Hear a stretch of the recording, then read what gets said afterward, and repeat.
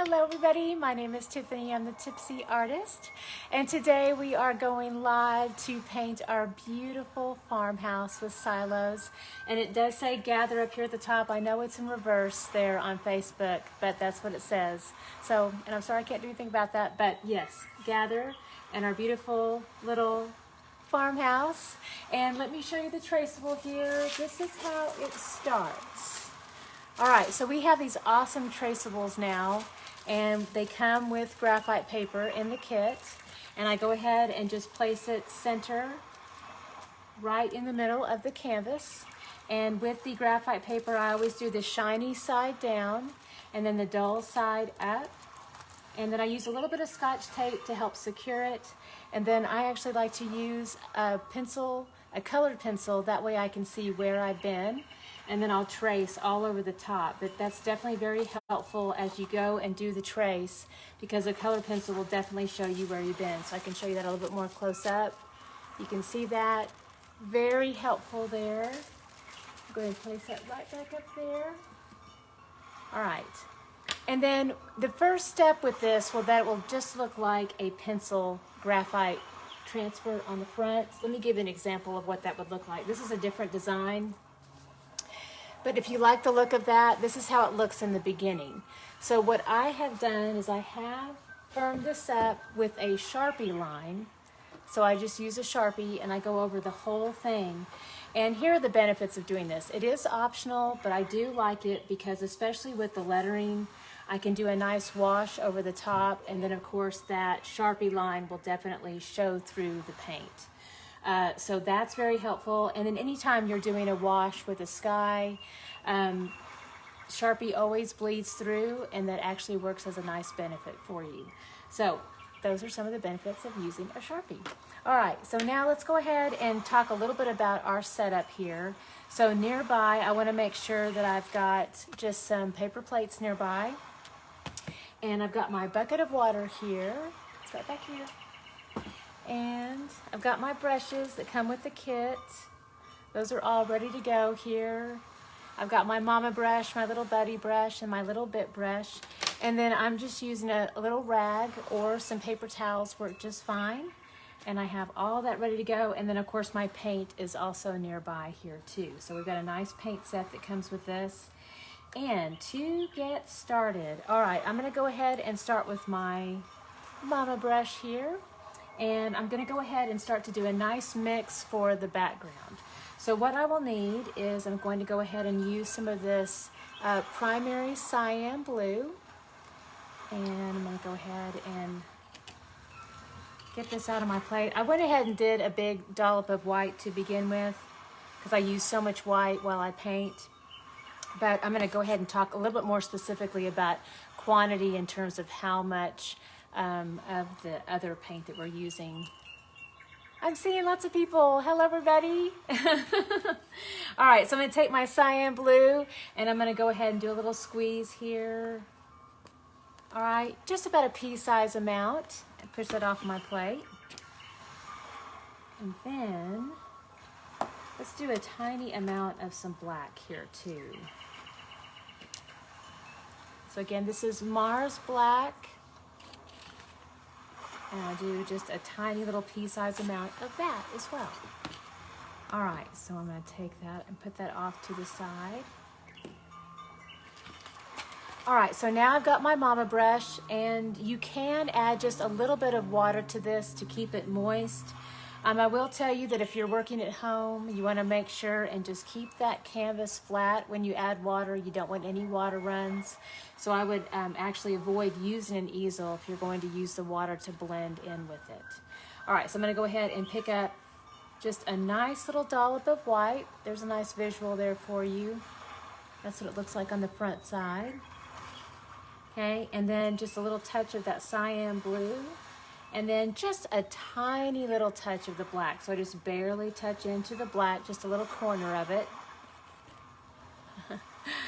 Hi, Keisha, how are you? I'm great. I'm feeling much better.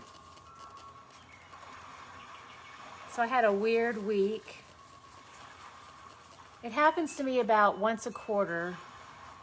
I think with weather changes, we definitely have had some big weather changes, but I get some pretty severe migraines with that, and it was kind of a doozy this last week, so I'm feeling so much better. So I'm like, so glad to be back with y'all. All right, so here we go. I had my big dollop of the white. Coin size amount, let's think of that like a quarter size amount. And then I did like a pea size amount of the blue, and then just barely touch a little corner into the black. And you want to mix all that together. This will give you like a really pretty slate color. All right, so I mix all that together here. And you can see how I've got different shades, lights, darks. That's okay. I like to keep a little bit of that variance going with the mix, and definitely have just a big amount of white to kind of play with and add into the mix here. So now what I'll do is I'll go ahead and take my brush. I'm going to push back into a little bit more of the white, and then I'll start to make little tiny X's into our sky here. And if you have a bigger brush, a bigger flat brush, you can certainly use that. I think it's a nice easy touch when you work in with a larger brush here in this larger area.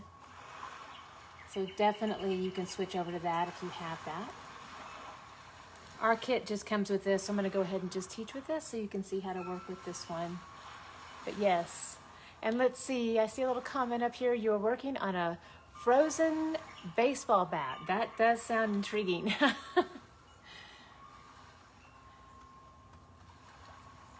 Yes, for those of you who are watching, Keisha paints on baseball bats and baseballs, and they're quite lovely. And so I can't wait to see what that looks like. All right, so as I push back and forth to make this texture, a couple of things I want to concentrate on. I want to make sure that my brush is parallel to the canvas. Flat side faces the canvas. This will give you the best coverage over the surface area. And if you do add a little bit of water to this, again, just a reminder, I am always in this vertical state because you have to see me paint. So I don't ever usually lay mine flat. But if you can, lay it flat at home. You are able to touch your brush into a little bit of water as you go, and you can kind of push back and forth into this and extend the paint a little bit and play with that. And as long as it's flat, you don't have to worry about water runs. That's a fun thing to experiment with. All right, so I'm going to keep pushing this back. This textural stroke is made by making little tiny X's over and over again. And I keep alternating back and forth into the colors. So I want to make sure I keep pushing into a little bit of that white, and then a little bit of that slate that we mixed up, which again is our cyan blue, and then also a little tiny touch of the black. Very minimal with the black. Again, I just barely touch the corner of my brush into it. So then I'll just keep working this back and forth. Again, just little tiny X's. That will give you that really nice texture. And remember to keep alternating the color pattern. So I keep alternating between that little bit of white and again that slate blue. Just keep going back and forth through there. All right, we're getting really close to the part where we're going to have to do a little bit of some cut-in work. So I want to go ahead and take my brush. I'm going to change up how I hold it. So I go ahead and hold it more like a pencil. This will give you a nice thin line edge. So that gives you a lot more control as you're working around the shape. So I'll go ahead and change up how I hold the brush a little bit for that cut-in work. And then when I flow back into the cut-in work, then I want to transition back to holding the brush more over to the side, flat side of the brush, and then I'll continue in with that textural pattern work of making that little cross stroke just back and forth. So I want to make sure that texture matches the rest of what we have going on in the background there. Thank you, Larry. Yes, I do feel so much better. Yes, I'm so thankful too. It's amazing how you don't like to have something happen, but one of the things that it does for you, it makes you feel very grateful for when you do feel better again. So,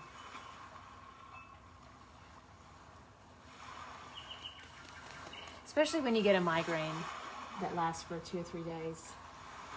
Those are tough. Because they're right at the epicenter where everything else flows from. So a little bit challenging, yeah. All right, so you can see we're about to approach this detail work with the little birds and the letters. Now, no worries, I have done this with the Sharpie. That was my pre-plan on this, so that I know that the Sharpie bleeds through. So it allows me to be very free, and I can actually just kind of flow right over the top. Keep that pattern the same, little tiny cross strokes, just back and forth. And I know at first it looks a little bit scary, but all that Sharpie, especially as it begins to dry, it will bleed through. And then I'll basically just go right back in over the top towards the end. So this is definitely a great example of when the Sharpie can be very, very helpful. Now, if you have our Traceable at home and you do not have a Sharpie, here's what I would recommend. I would recommend just not even doing that part of the painting in the beginning, or I'm sorry, the Traceable. Just don't even worry about tracing that part, since you're just going to go ahead and be painting all this in. Because you don't want to have to worry about doing all this really tedious cut-in work. That would be really a drag. So you could actually just leave that out, and you could do all your painting, let it completely set up and dry, and then at the very end, then you can come back in with the Traceable, lay it in. There's a big open area here, so you can actually just take it and just put it in right over the top and then retrace. Also, if you're struggling with not being able to see because it is on a piece of paper, you can make another copy of it, and you can actually just cut it out and then place it in over the top, and then that way you have really good visibility as to where it's at and positioning on top here.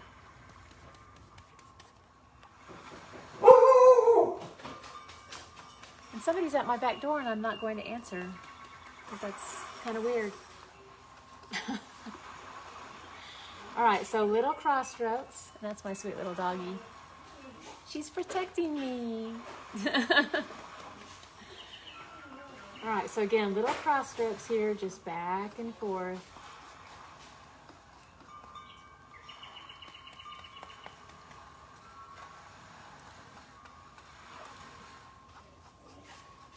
Back and forth, just tiny little X's.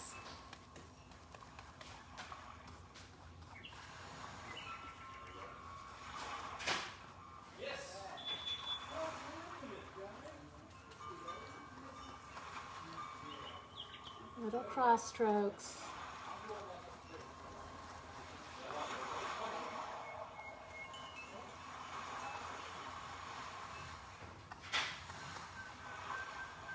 And I will have to do a little bit of cut-in work around the little silos here. So, want to change how I hold the brush a little bit here. Do that tiny cut-in work just around that shape. Now, this line edge is becoming a little bit long for some of this detailed work in here, so I will want to shift gears a little bit and use my little buddy brush. So I'm going to take my little buddy, it's a 1/4 inch flat, and I'll go ahead and push into that slate blue with a little touch of the white. And then I'll go ahead and do the cut-in work around the little silos here. Let me show you the camera here. All right, a little bit of that slate blue, a little touch of that white, and then I'll just be working in around these little shapes. These are little tops of the silos.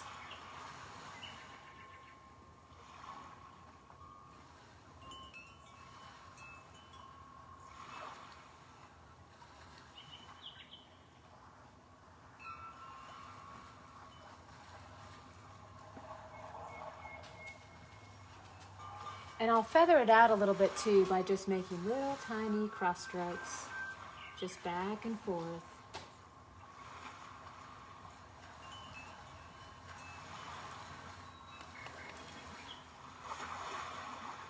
And here in a moment, I will shift gears and go back to my mama brush here. Now I'm not using mama brush for just a tiny amount of time, but if I know I'm not going to be using a brush for a while, I go ahead and place it back into the water. Get this out here. Because acrylic paint will harden up and dry on your brushes pretty quickly, sometimes within about 5 minutes. And so you want to make sure that you always let your brushes rest in water until you get a chance to go ahead and clean those off. All right, so pushing back, lots of little X's here. Continue on with that little cross stroke, just back and forth.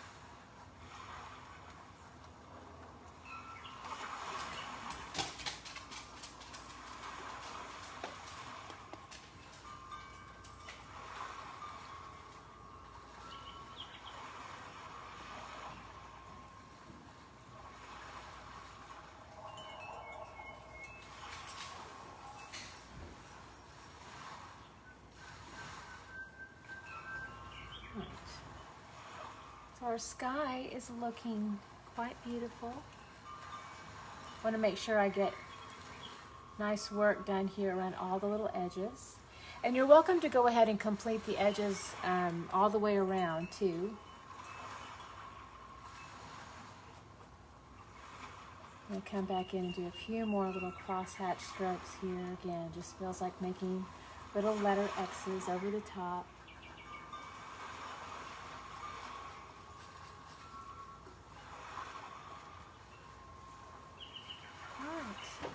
Beautiful.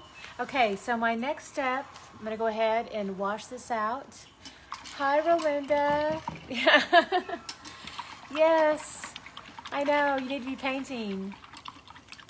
It's been one of those weeks. We all need to relax a little bit. All right, so let's talk about rinsing out that brush here real quick. We're going to go ahead and rinse it out completely, spin it round and round and round. That helps release that paint in the water. And then I just keep checking it till it runs clear. And then I'll go ahead and dry this off. All right, so my next color here will be, all right, I've got kind of a, let's see, got like a sage green happening down below here. So I'll probably do that next. All right, so let's do some cadmium green. And I'll just do like a little, about a dime size amount there. And then I've got some bright yellow green. Do another pea-size amount. And then I've already got some white on my plate nearby. So I'll just pick up another dollop of that to bring into the mix. And then just a teeny tiny touch of the black. So tiny, just a tiny little touch of that. So that brings in a little bit of that light gray in with that light green. And you can stay right there if you want, or you can add a little bit of intensity to it and add some of that darker cadmium green to it. And maybe a little bit of both. So both of those are really pretty. So what I'm going to do now is I'm going to start sweeping this across the grass here. Just back and forth. And you know what? I want a little bit of some cadmium yellow in here too. So here we go, cadmium yellow, because I feel like the grass is just starting to maybe turn a little bit, just barely. So it's starting to maybe get a little bit of that golden hue into the grass. So I'll push a little bit of that in there as well. And then a little bit more of that white. And I just keep dragging the brush through those colors there, that golden light green. Nice, just sweeping strokes. We're just getting nice coverage over the surface area. We'll be coming back in with some pattern work over the top of this later. So for right now, just trying to get that nice coverage in over the top.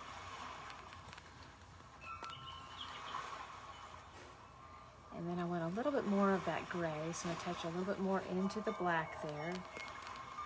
Get some more gray going off to the side.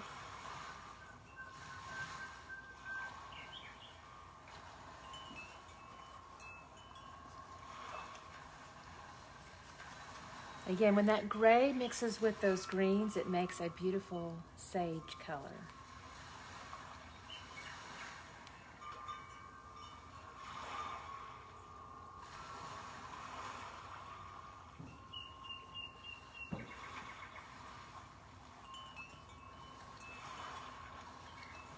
I've got cute little pumpkins here. Those are optional. You don't have to do those. Really easy to omit in the design if you don't want those in the mix. This does not have to be seasonal, so some nice flexibility there. But I do want to be careful with the cut-in work. So be careful about cutting in around this.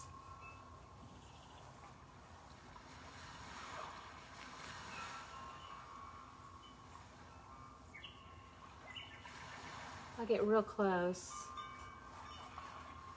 and then I'll have to come in with my little liner brush to really get in around those tiny little curves there.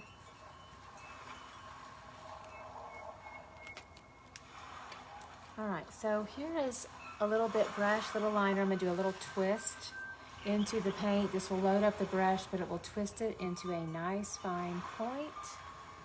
And then I can take this around those little tiny curves.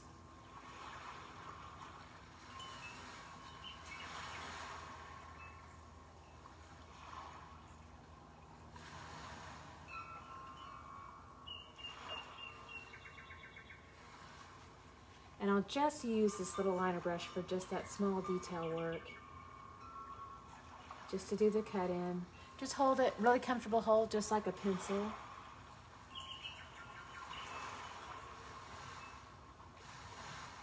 And then once I'm done with the details, I'll let him rest in the water. And then I'm gonna go ahead and feather back out with my mono brush. Parallel to the canvas, flat side facing the canvas there.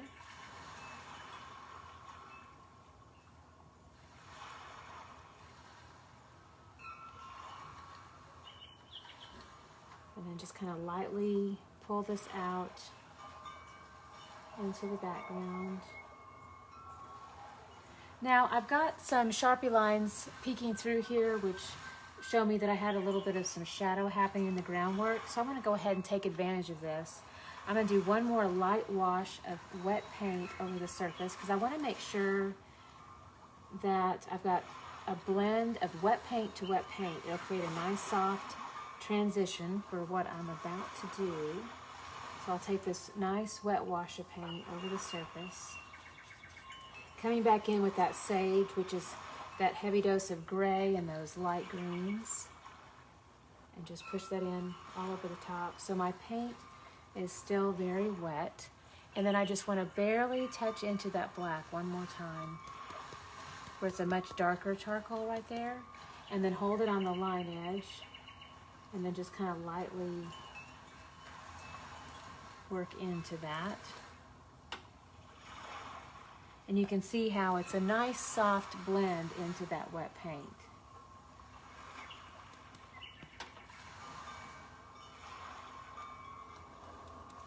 So hold it like a pencil, a little bit of that darker charcoal gray, which I used a tiny amount of black with that. And then just kind of lightly drag it across. So again, it gives a nice, soft blend.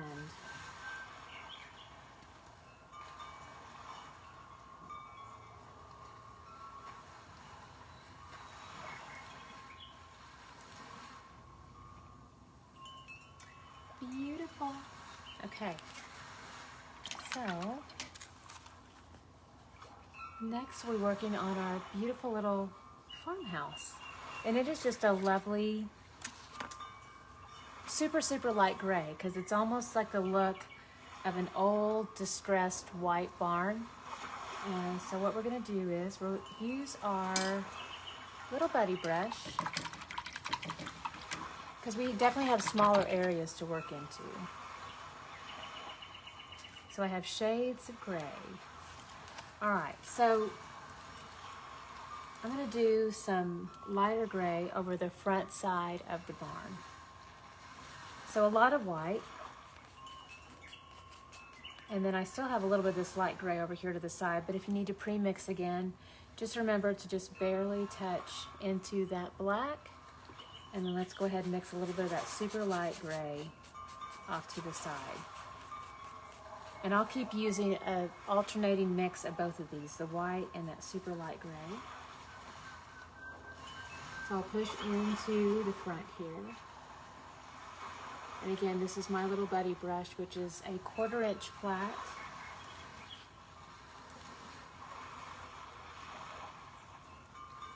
And again, I've got my Sharpie, so I can be a little bit sloppy with the work here, because I know that all of my Sharpie will just bleed right through. So I'll go ahead and get this light color down over the front here.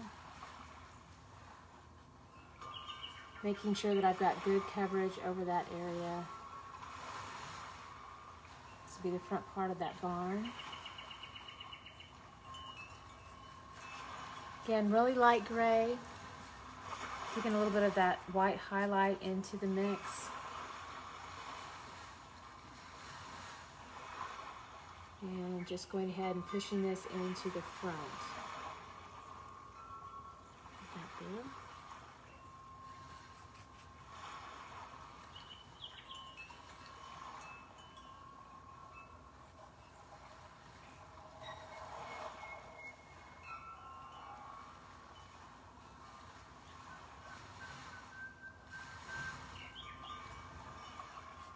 Again, light gray, which is just a super tiny amount of black with the white.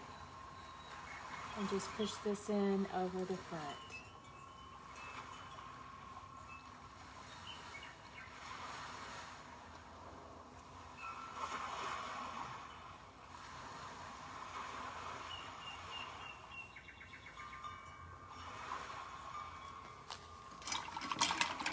Rinse out. Go ahead and dry that off.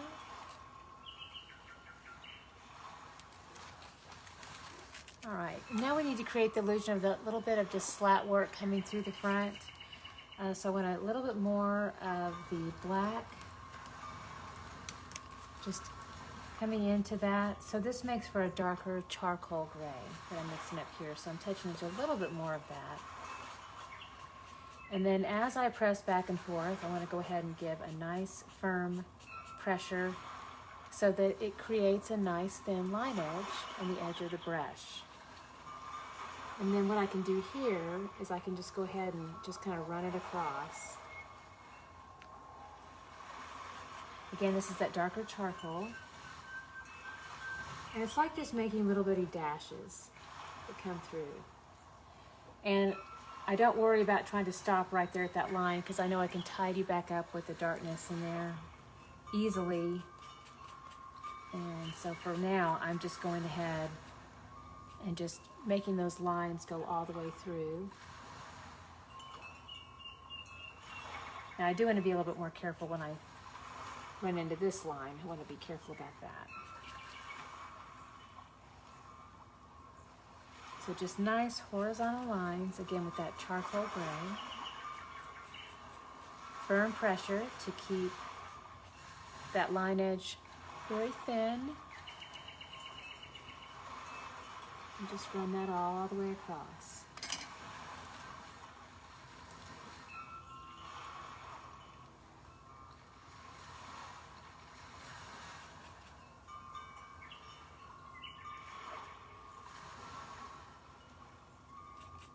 So this gives that illusion of that old weathered barnwood in front.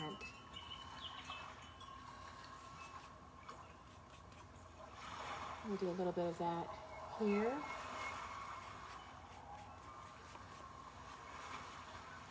Just little bitty dashes.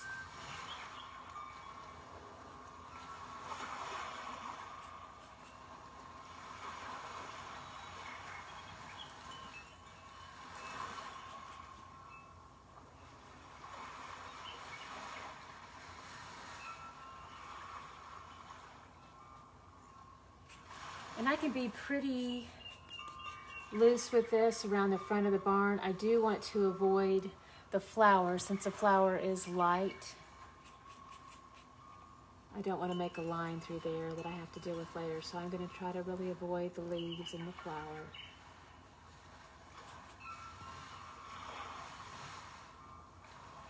So little tiny dashes.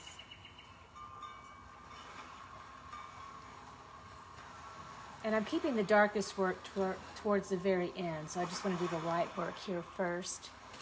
All right, and I've got a little bit of this same darker gray coming in on the silos nearby. So when in Rome, I'm going to go ahead and just work these in. Still using my little buddy brush in this darker charcoal color.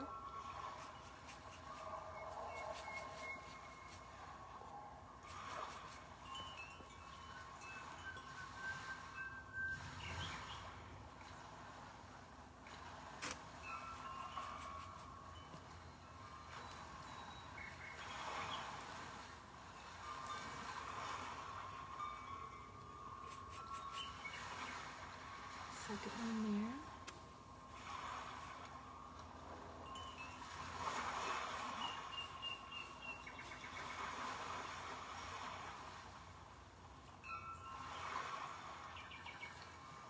And I still have detail work to outline those in. That'll make those really pop out later. But for right now, just color blocking. So just getting in these basic colors into those shapes. I'm going to go a little bit lighter with the gray in here.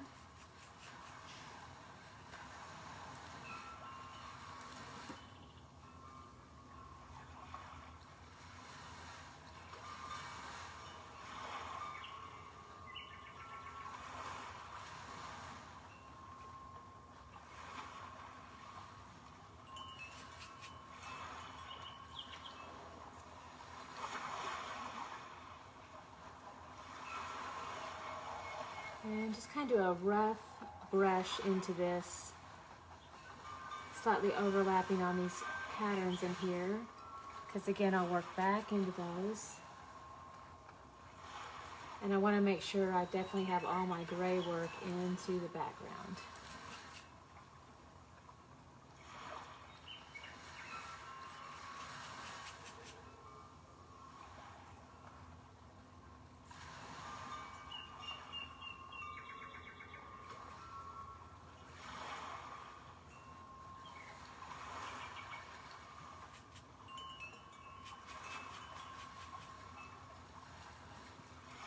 And then I want to go back into this little bit lighter gray in here, that side of the barn.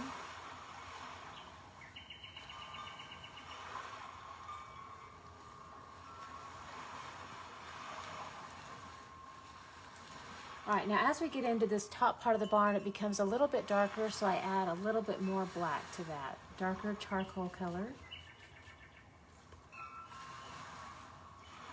Still using my little buddy brush, which is a 1/4 inch flat.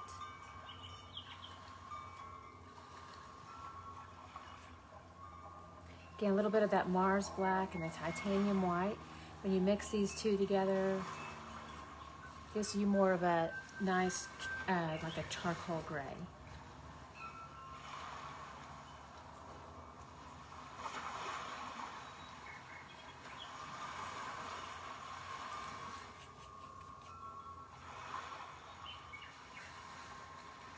Go ahead and work in that whole roof line.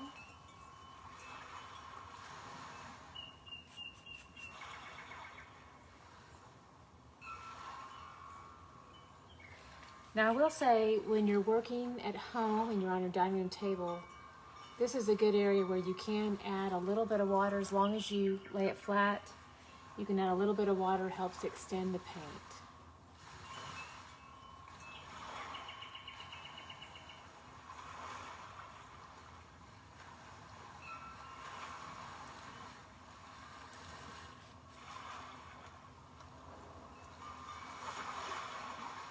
Especially when you do like fine lines.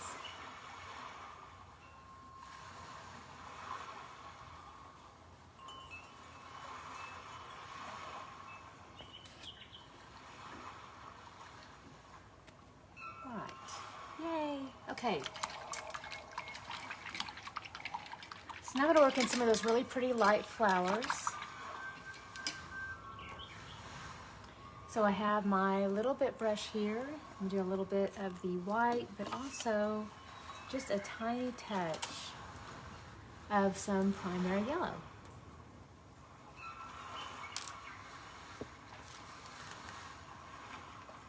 So I'll just do a little pea-sized amount off to the side. Add just a touch of water in your little bit brush, and then kind of dab it off, just moist. And then I'll go ahead and add a little bit of this white to that primary yellow. Now I'll do a quick little twist into that. And you can even make it lighter if you want to. Really, really pale, pale yellow. You can keep it completely yellow, pale yellow, or you can add a little bit of this dark charcoal gray to it too, and that can take it to like a really light kind of a taupe color as well, which is also really pretty for like a daisy color, white daisy. But it's not a pure, pure white. All right, so I want to spin my brush back into a nice fine point, so I give it a little twist here. And then I'll go ahead and work into these little petals.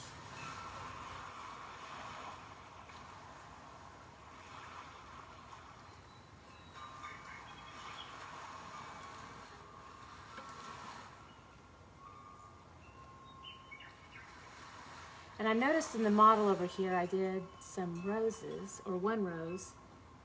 So I'll be sure to teach a rose too, in case you want to do a rose as well. Roses are also really pretty.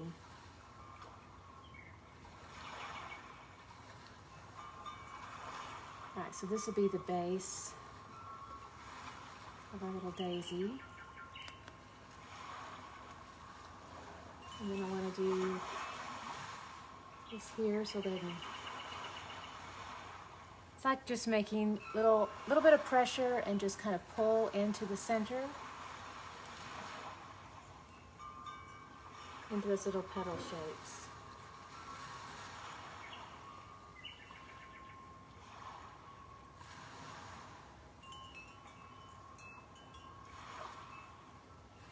Got one more of these right there.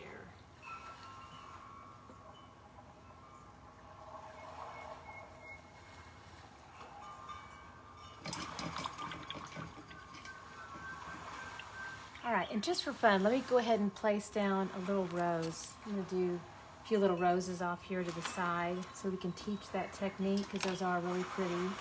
So I'm going to be using some primary magenta.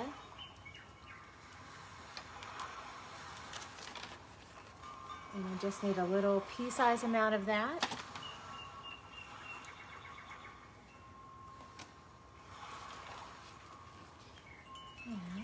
Clean, just moist brush here, add a little bit of white to that magenta, push that in.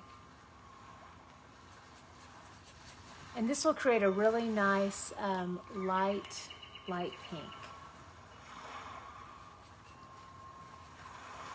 So this will be the base of my rose. All right, so I'm gonna go ahead and just do a little push for a little circle, little half circles. So it just kind of looks like I make a little lumpy circle right there. And let's do one more. Make sure that y'all can see that. So little lumpy circles.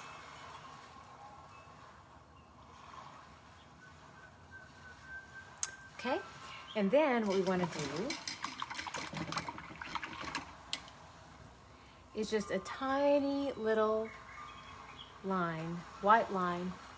So I'll come back in with a clean, dry, little bit brush. I want to make sure and twist it back out of my rag to a nice fine point. And then I'll come in with just a tiny amount of white right there on the tip there.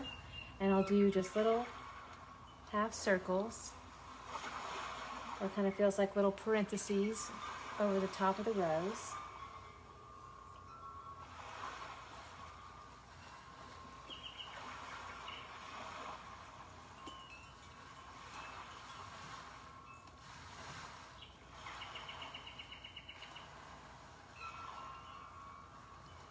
That's my first layer.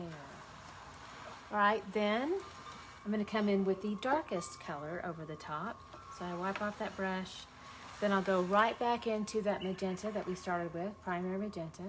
A little touch right there. I start by making one little spot right in the center. Just kind of push, almost like a little comma, and then lift off with a light hand. That's that little shadow right in the middle of the rose. And then I also just repeat that same pattern, just little tiny half circles right over the top in a circular pattern. And I like to wiggle my hand just a little bit too as I do it.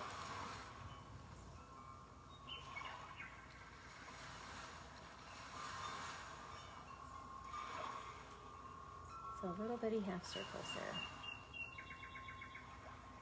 And then those are my little roses. Then I'll add some little leaves off to the side. That usually makes it really pop right out as a rose too. So I come back in with a clean, dry, little bit brush. Then let's work in with a little bit of this cadmium green that we still have. I want it to really pop out over the top, so I'm gonna add just a tiny little touch of that black to darken up that green. Maybe a little bit of white too.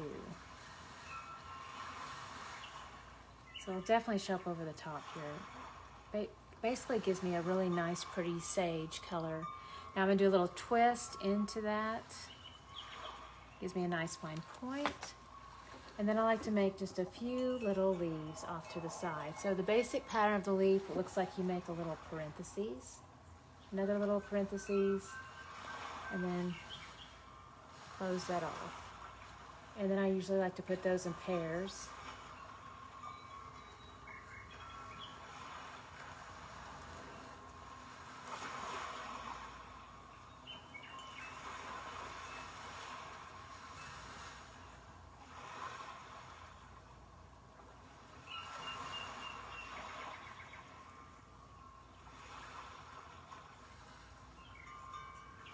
All right, so really fun little leaves right off on the corners there. Those are my little roses. All right, now I've got little leaf work I need to do here too. So while I've got that really beautiful sage green mixed up that we just made, I'll go ahead and still continue on with my little bit brush and that dark sage green. And I'll go ahead and place those into that shape, little leaf shapes here.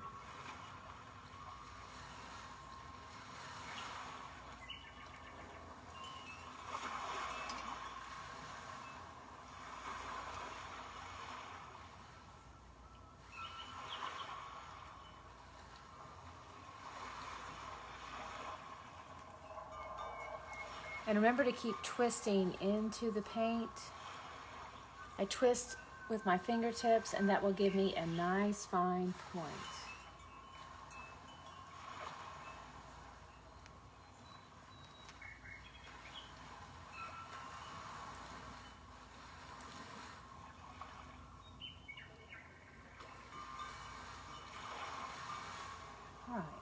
Really nice. And you can add little highlights to these too. So, like if you want to add just a little touch of that white or even that primary yellow, you can just kind of barely push into that shape. And see, that makes a really fun little highlight right over the top. It's like a little bit of light hitting each one. So again, a little touch of that primary yellow, maybe a little touch of that white. And then just right over the top, a little push and pull, push and then pull off. Really pretty little highlight. All right. We are getting to the stages here. We're going to need to work in a little bit more of that black detail again, or a really dark, dark charcoal color. So I've got my clean and just moist little bit brush. So I'm going to go ahead and push into a little bit of this black. You can barely lighten it with a little bit of the white, just to make it a very dark, dark charcoal. And I added just a teeny tiny amount of water to help extend that black and make the brush easier to drag across the surface. The main thing is though, is just make sure your canvas is flat so that you don't have a problem with water runs. All right, so I'm going to come back in here and kind of tighten up this line work that we did. Because we had that slat work that we did initially, it kind of went through this dark space, so I need to tighten that back up a little bit and get our nice dark black lines coming back around, our little outlines here.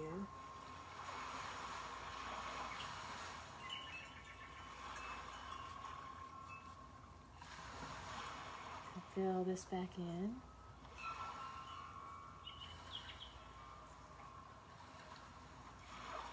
And that teeny tiny amount of water can also keep the end of your brush very, very thin. So it allows for a very nice fine line. So the main thing is you just got to kind of squeeze it out though as you spin it into that circle. And you can see how super tiny it gets. All right, so what I'll do now is I'll do just a little tiny outline. Do very, very delicate in here.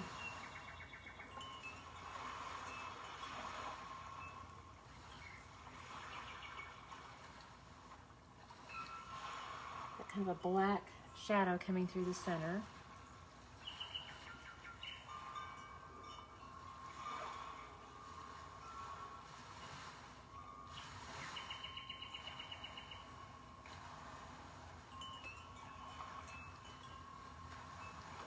So each petal, it kind of feels like when you come back in for this stage, the basic hand motion kind of feels like long parentheses on either side. And so that's really the easiest way to do that. And then I'm going to come back in and reinforce that center with that round shape in there.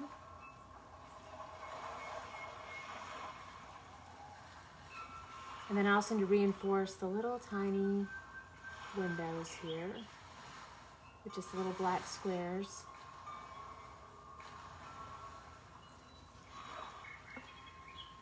And then you can also come back in and kind of outline around these little leaves here too. That little twist into the black so that it keeps it nice and thin.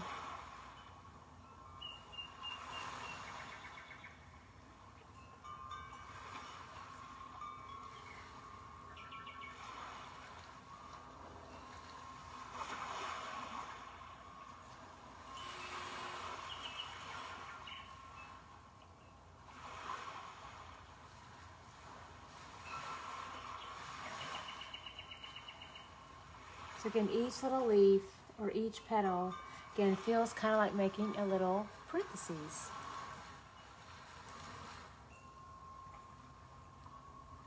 I'm going to reinforce this little window here.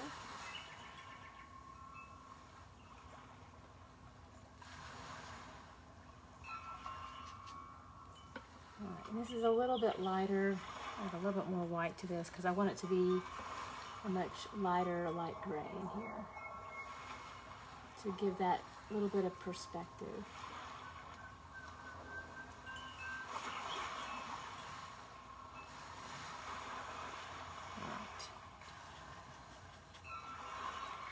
Then I'm going to come back in with more of the dark black here and just work that back into these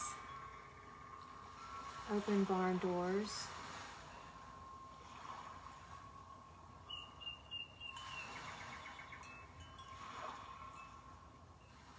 Just basically firm up that line.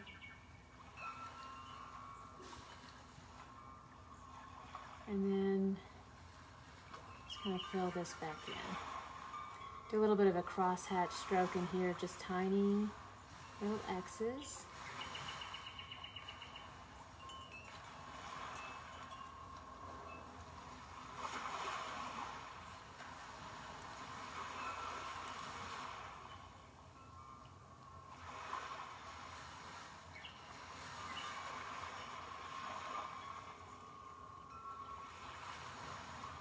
So again, vertical line to firm that up.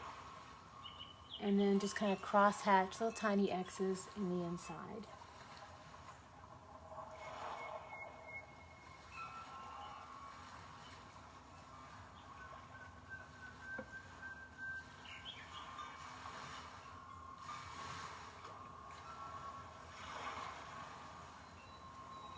I just want to come back in over little tiny lines here to firm up. This is where a little bit of that water really helps. Sometimes you get a little bit of that dry brush, and so a little bit of water, a little bit of twist, and then you get a nice fine line right over the top here.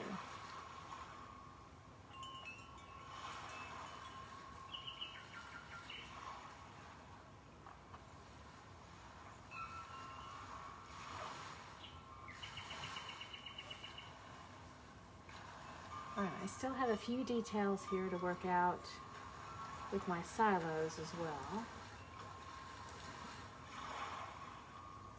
Because we did that nice wash of color over the front with just the light gray, and now we need to come back in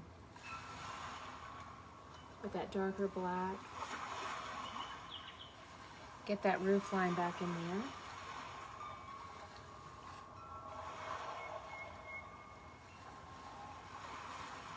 So it's still peeking through with the Sharpie, so that makes it really nice and easy.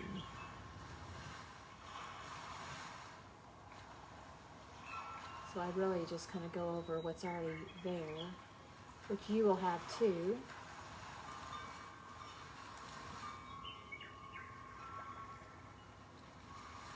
Because our little traceable provides that detail work.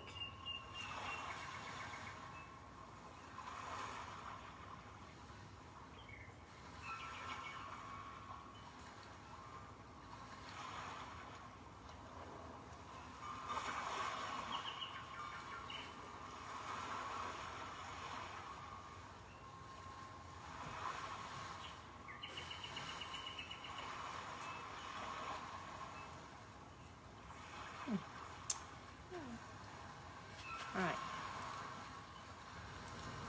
Little bit again, tiny little line, and we'll work back in the little curves,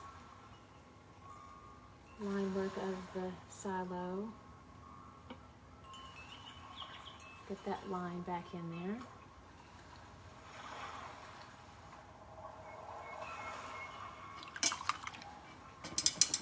Since I made that line there at the bottom, I'm going to go ahead and touch back into that with a little bit of green.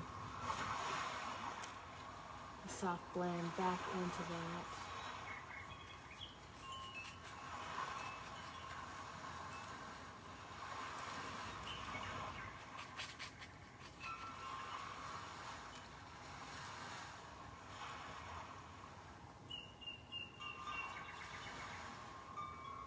I'll lightly feather this out now.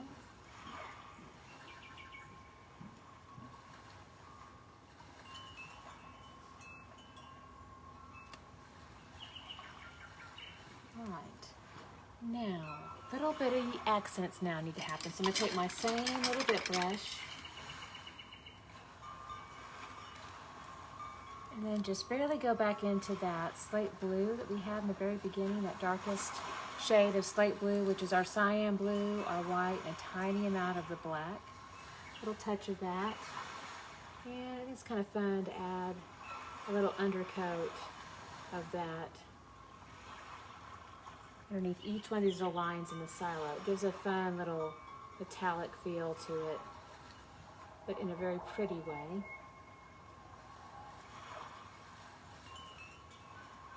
So every time there's just a little line here, I'll just emphasize it with just a tiny little stripe of the slate.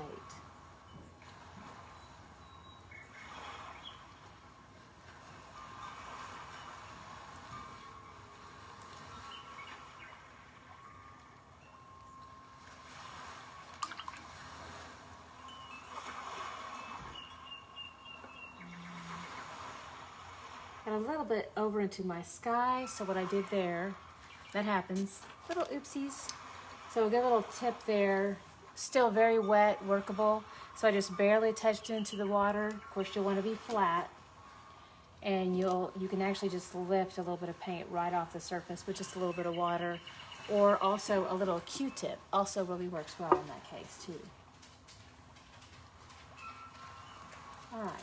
Now I want to highlight these little flowers one more time with a pop of a lighter color. So I'm going to take my clean brush, clean little bit brush again, come into just a little bit of the white. And I'm going to re-emphasize these little flowers with just one more little dash of white here. So I just kind of press down into each one of those little shapes.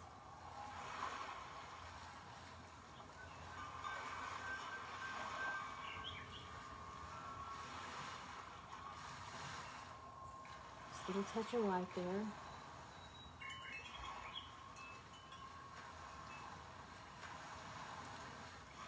And that'll really give it a nice highlight, makes it pop a lot more over the top. But the same little thing happening here, just a tiny little, just decorative design that kind of pops out.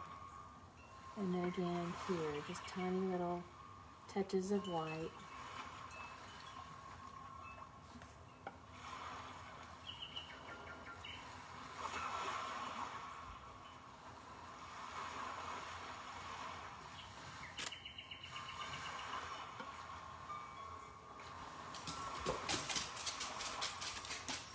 My puppy dog is running everywhere today. That's Miss Ira. She's very busy. Well, we have a lot of people in the house right now, so she's super excited. All right, looking good. Okay, so let's see here. We need to do our little pumpkins over here. Switch gears and go over there, and I'll come back in. I know I have more detail work to come back into this area with, but just changing it up a little bit. All right, so I've got my really pretty orange, just cadmium orange. So I'll do a little pea-sized amount of that here.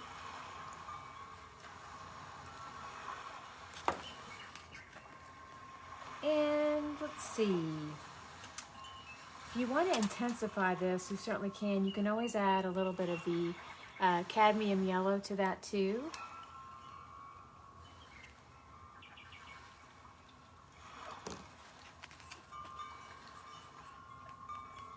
So I'll kind of push those two together. This is my orange and cadmium yellow.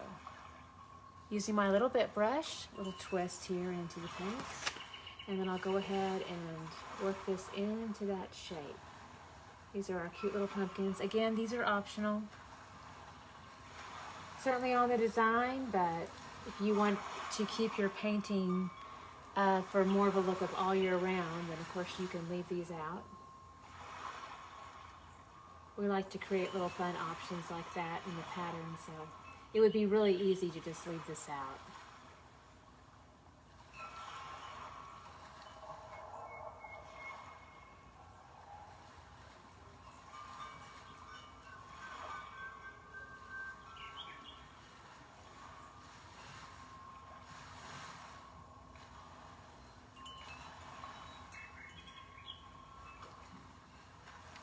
that's the base of our cute little pumpkins there. And then I want to go ahead and do the top part, that stem. So the color on that, so that needs to be a little touch of that primary yellow, and a little bit of that white, and a teeny tiny touch of the black. Let's mix all that together. This will give us like a really nice taupe color. A little bit more white.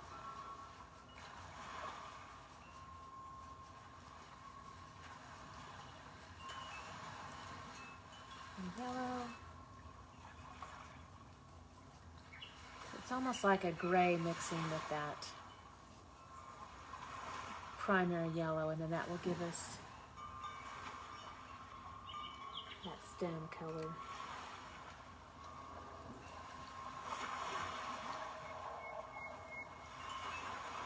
A little twist with the brush so it gets a nice fine point.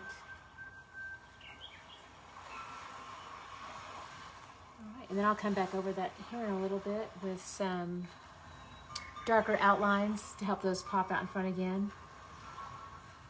While I've got some of this really pretty taupe color though, I'm going to go ahead and do a little bit of some accents here in the barn.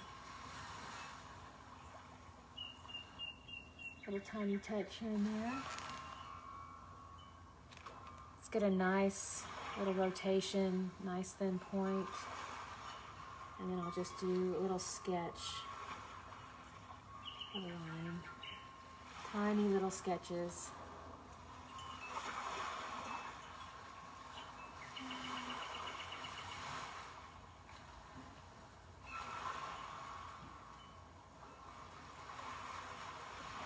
Some of that perspective here. A little bit here on the roof.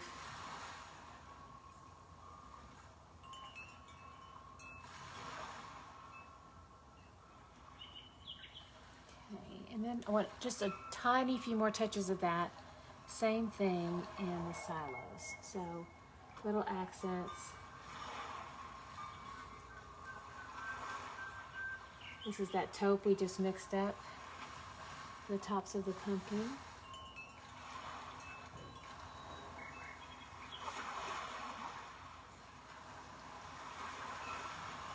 All right, very nice. Okay, so now let's go ahead and do our cute little birdies. And they are a very light gray. I'm going to rinse out my brush again. Do a little wipe down on my rag here. And then let's come in with some, a lot of white and a little bit of that darker gray. So I add a little bit of that, just a tiny amount of black. I'm going to keep our gray really light.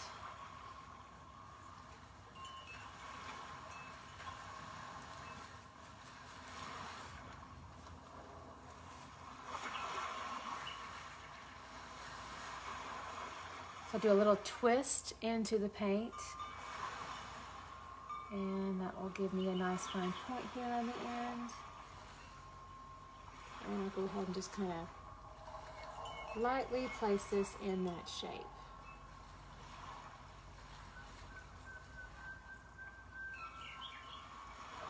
Light gray, really light.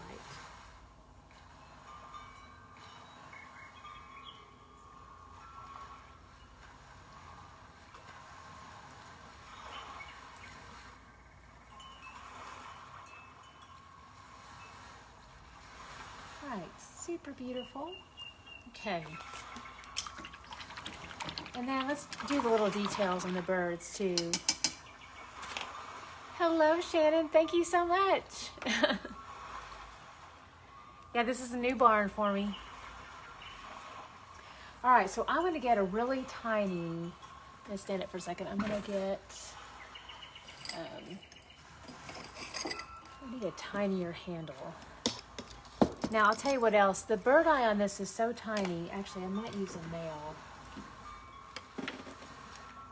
Or just a pencil head. That would actually really work great now that I think about it.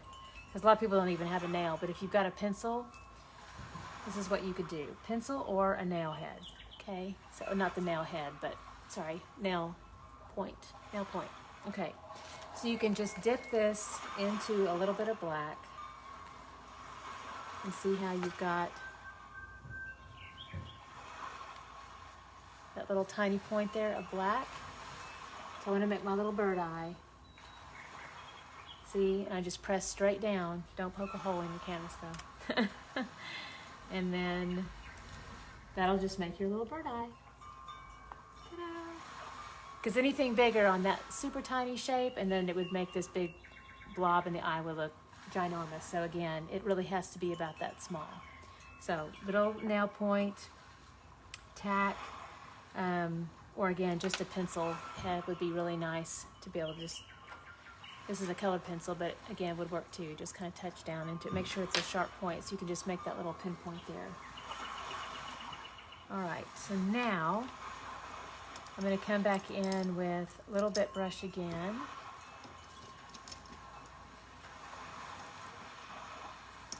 And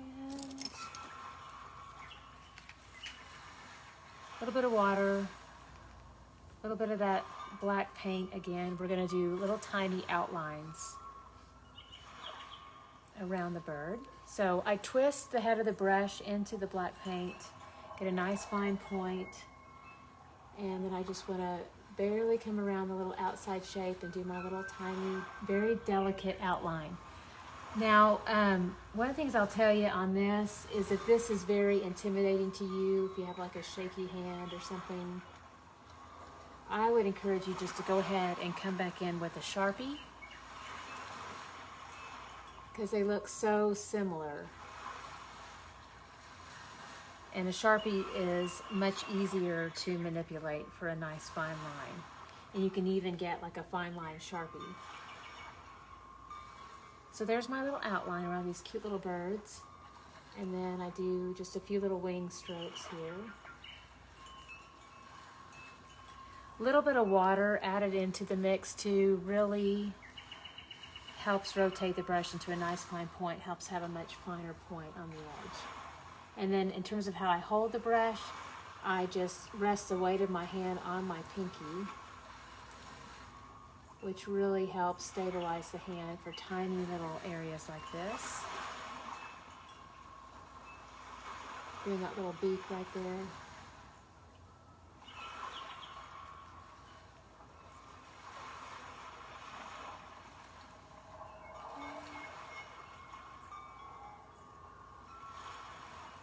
And then a little wing. It's like a little parentheses and then another little parentheses. They soft blend into each other. You got a teeny tiny little beak right there. So keep it very, very light and delicate.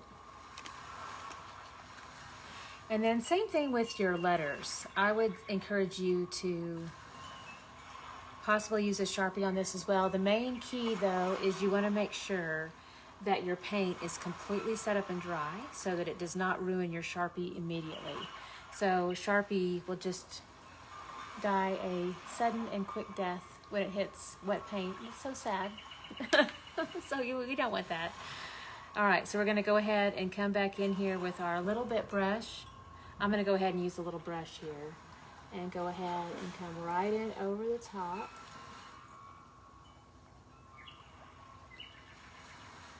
But again, for those of you who do have a shaky hand and you want to use a Sharpie, again, just make sure it is all completely dry, and then you can easily use the Sharpie right over the top.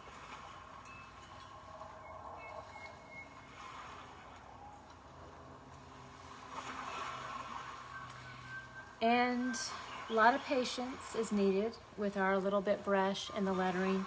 The little bit brush will, because it is so small, it will run out of paint pretty quickly. So you just have to keep reloading and just keep going back into it. And then you just want to rest the weight of your hand on your canvas when you can. And I just do that little trick where I just rest it right on my pinkies. That usually is all that's necessary.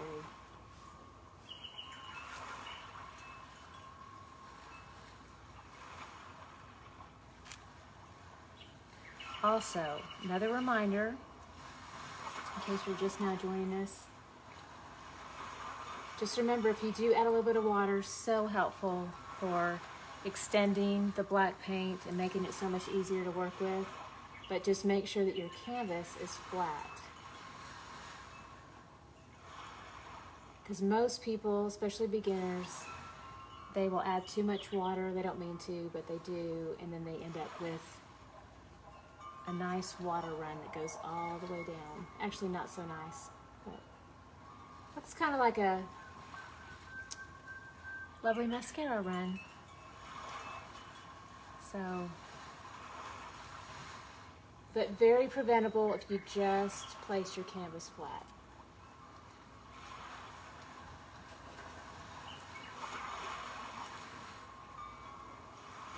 And also, please know that we have the traceable on this, so all this lettering that I'm doing, I mean, I've done the hard part for you, so I've got the lettering there in place, and you can just trace right over the top of this.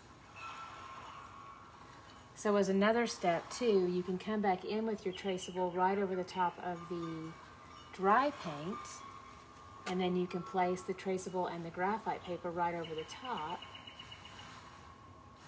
and then transfer it on, and then just use your Sharpie over the top too. So it works beautifully.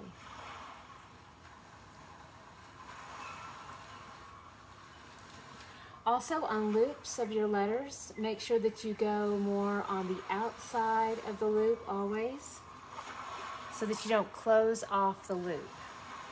So that's a really important step too. A lot of times with loops, people will take the brush on the inside of the loop, and then it will close it off, and then the letter becomes unrecognizable. So make sure and go on the outside of the loop. And so we have, and so that's looking really pretty. All right, so now we have little tiny delicate flowers that you can do over the front of the barn. This is absolutely optional. I did not do it up there, so I just wanted to show you some different options here, but you can do a little bit of this really fun little delicate flower work over the top. And I'm just using that little bit of black and my tiniest brush here. And just really an outline, so it looks like just a tiny little sketch right over the top. So this is just, you know, purely decorative. Absolutely optional.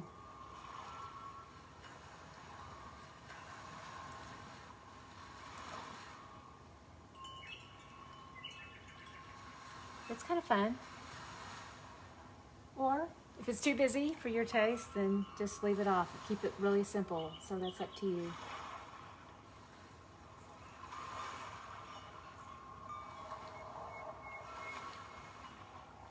So the basic shape here on these two, it's like a little line. Of course, we have this on the traceable too, but you can just make like a little line, sketch of a line, and then the basic hand motion is very familiar. It feels like you make little tiny parentheses, teeny tiny ones that connect. And those little parentheses that go like this, and that will make either petals or like little leaf shapes.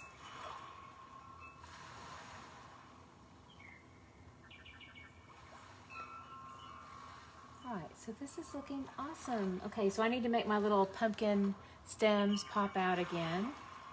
All right, so I want to go ahead and reinforce those with a little bit of black outline around the outsides of those. That'll make those pop. And then same thing with my pumpkins. And remember, pumpkins are also optional. You can leave those out of the design if you just want a simple farmhouse scene that's good all year round.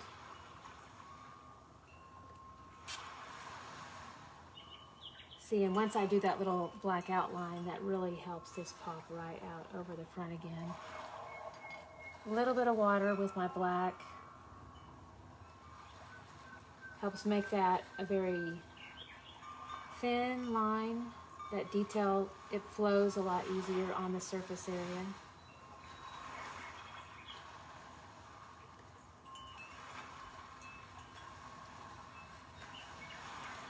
All right, those are super cute. I also want to make sure and do a little line right here over the top.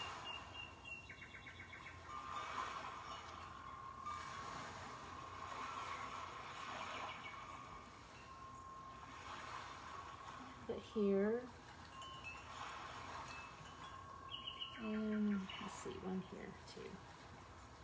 Get some consistency going. And then a little bit more detail happening on our little flower right there in the center.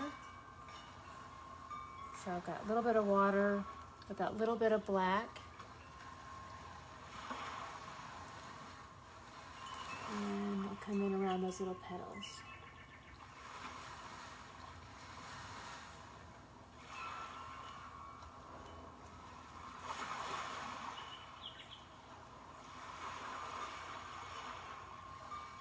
Kind of reinforce that center one more time with a little bit of black.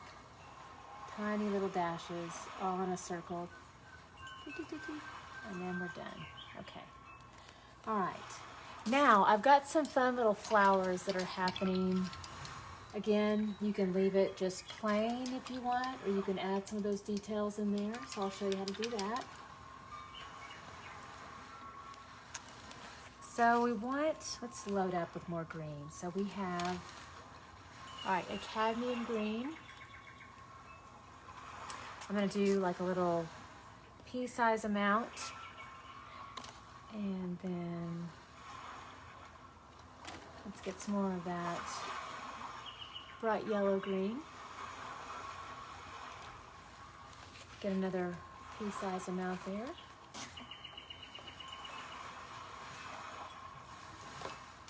And let's see. We'll add just a tiny little touch of black to that. So, super tiny amount. I'm gonna push that in with both of those greens. And then, you know, a little bit of white too.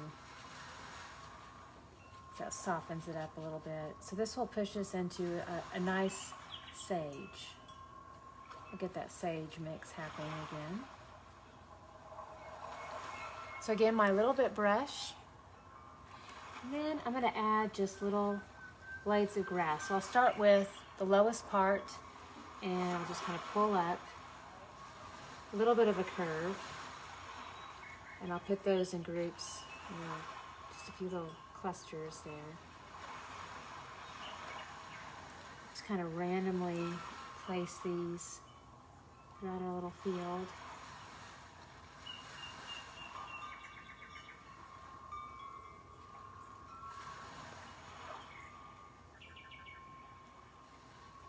So again, start at the base and pull up and then lift off with a light hand.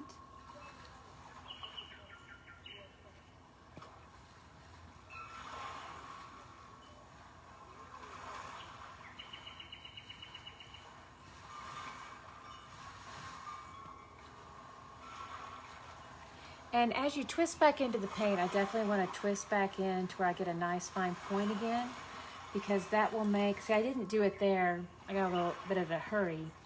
And then when I did my little push and lift off, my brush was basically kind of fat with paint. And so it didn't get a nice taper on the end.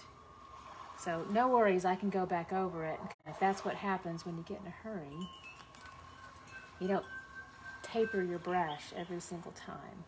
So every time I reload, I kind of spin it in between my fingertips, and that reloads it, but it tapers too. So tapers it back into a nice thin point.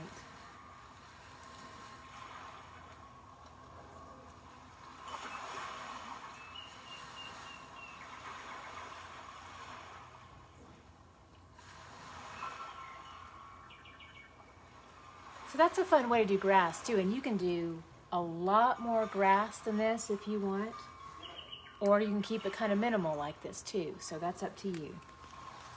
All right, now we want to do the really fun little spots of white for a little flower. Now this is fun too because you can also do a really pretty, you can do lots of different, you could do shades of lavender or like a blue bonnet with this technique. So it just depends on the color. I'm going to show you with some white. So I'm going to take that same little bit brush and just kind of push into that little bit of white paint. And then just kind of press right there on the side.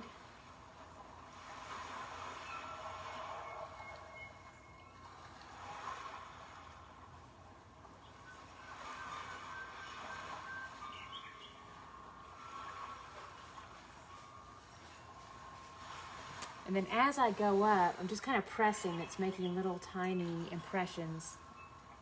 And I want to become more delicate as I come up. I'm also holding the brush a little bit more like a pencil, where there's more force coming right towards it. That will shorten the brush span. Instead of it being elongated, it'll become shorter and more circular.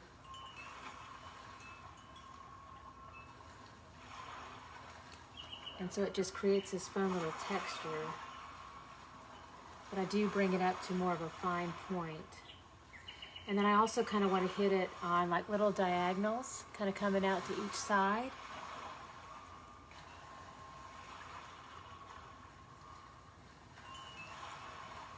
And it's more full at the base. And then as it goes up, it becomes a little bit thinner and almost kind of like a triangular, you know, it kind of tapers up. So again, more thickness at the base, so I'll, you know, do a wider span in a diagonal to create that fullness out towards the side. And then as I get in towards the center, I start just keeping the brush more angled up to the top.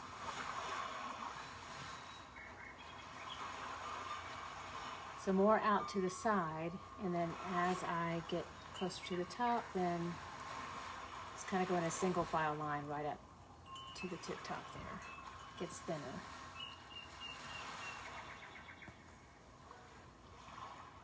And also in this space here towards the bottom, again, harder pressure. That makes the brush kind of spread out more and thicker out to the side. And then I become more delicate with my hand as I go out and up.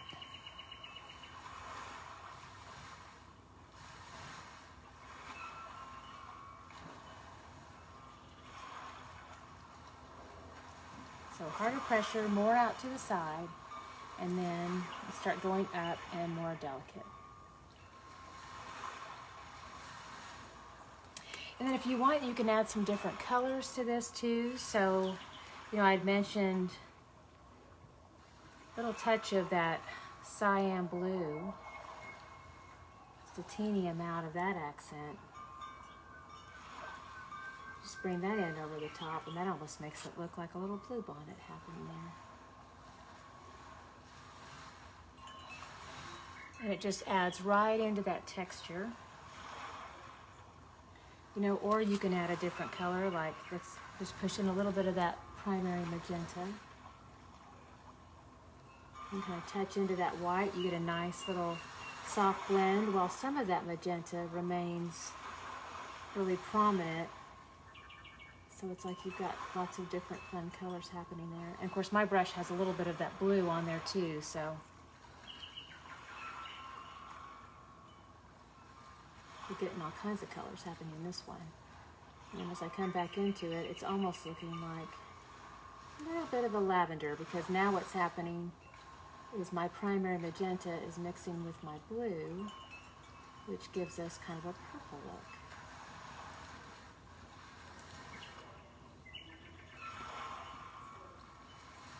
So lots of little fun options.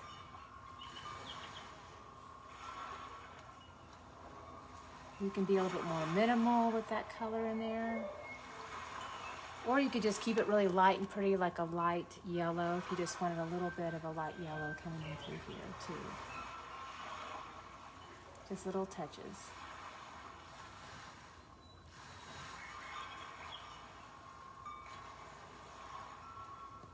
And again, with these more minimal accents. I just kind of keep it right up through the center. And it's almost like just little tiny dabs, little tap, tap, taps into the wet paint. It just creates a nice soft blend as you push that additional color in.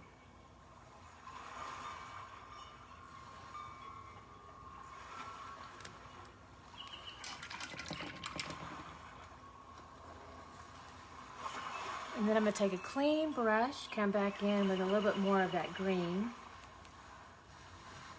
that we had mixed up earlier. This is that sage. And then I'm going to just, right over the top here, do it just a little bit more of that grassy blade of grass just right in over the top. Just a little bit. And even if it picks up a little bit of that white, it's kind of a nice effect. But it softly blends those two together. And you've got that grass coming right out in front.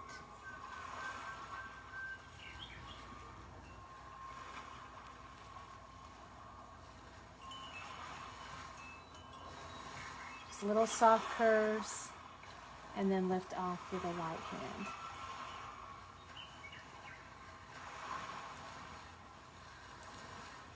And then also with this lighter color of the green, you can add little accents where you just kind of lightly drag your brush across here.